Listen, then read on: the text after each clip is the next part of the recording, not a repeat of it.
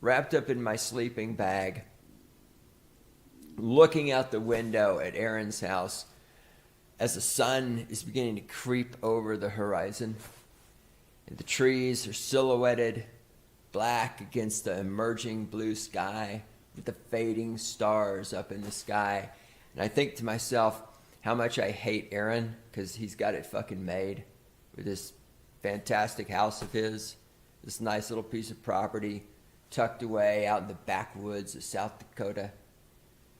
God, I fucking hate him. I hope he dies. I hope he dies of syphilis. You piece of shit.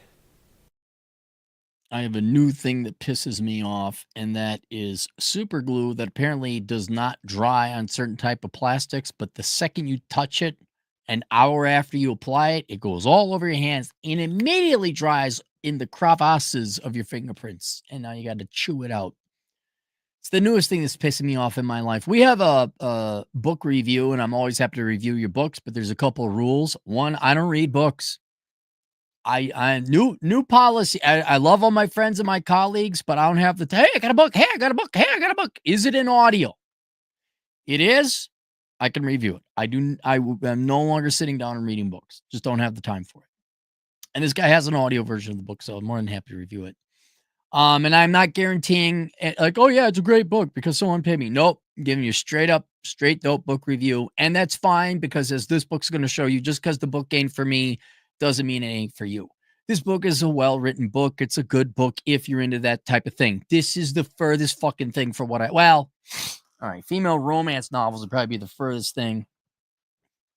This is not for me, but it might be for other people, or probably certainly is for other people.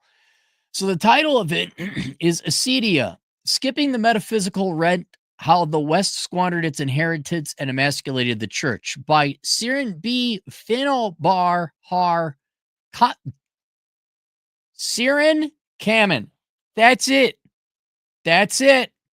Way too many words in the subtitle. Way too many words in the name. I don't care how great Grandpa Finbahar was. If you're good, Bob Jones. Okay. Bruce Willis. George Clooney. I'm sure they have middle. Harrison Ford. Aaron Cleary. That's it. So the description, a culture that does not pay its metaphysical rent will not last. I will say that's one thing I really liked about this book, because it was a new idea, and that is that you pay, I guess for the lack of a better word, a mental psychological toll in rent when you constantly try to avoid the responsibilities that life requires of you. Doesn't throw at you. It's not life throwing like, hey, you need to eat, you need to work, you need to live, you need to respect other people. And trying to avoid that responsibility, you will pay a rent. You also pay a price because people won't want to hang out with you. But I did like the idea of metaphysical rent. In the modern West, truth, beauty, and hierarchy have been dismantled. In their place, dogmatic sentimentalism, performative morality, and a church that has traded its birthright for comfort. Acedia, Skipping the Metaphysical Rent, is a theological, philosophical, and cultural physicist that uses applied anthropology to reveal the implicit, ambient, and often unspoken attitudes that perpetuate the West meaning crisis, both in the wider culture and within the church. From the rot of middle-class religiosity to the, I gotta click that, to the annihilating servant leader in men's ministry, Siren B. Finbahar Kamen examines the subtle structures, instincts, and reflexes that sustain malaise, drawing on scripture, Milton, Byung-Chul Han, Camille Page, and Carl R. Truman. The work traces the through lines from cultural diagnosis, theological vision, and to the disciplined habits that might resist class. Right now, snap back, come back with me. If your eyes are glazing over, this book is not for you, because that's what this book is. Let me pull up my notes. I want to make sure I got the three things. Let me get it here. All right.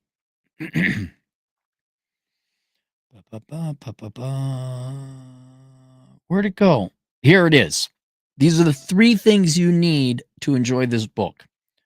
a background in philosophy, an interest or a belief in a religion, right? You're religious, or you appreciate religion or understand it, and a vocabulary. It's too wordy for me. It's too esoteric. It's too flamboyant. Wrong. It's.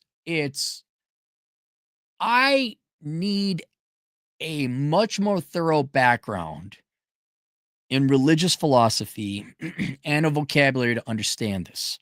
I'm not saying you can't understand it. I mean, if you took the time, I mean, context helps out. But this was more of poetic philosophy with all the verbiage and the prose, making deep and religious, philosophical, and political points. Now, me, I don't have time for. I do not have patience. I don't like reading anyway. But if you read my books, you can see I'm very report writing, matter of fact, precise, scathing, sometimes funny, dark funny at times, but I make it very clear the average person, the average 20-year-old would be able to get my books or understand them, I mean. This, you have to have an interest in religion and a background in philosophy and an appreciation for poetry, because that's what this is.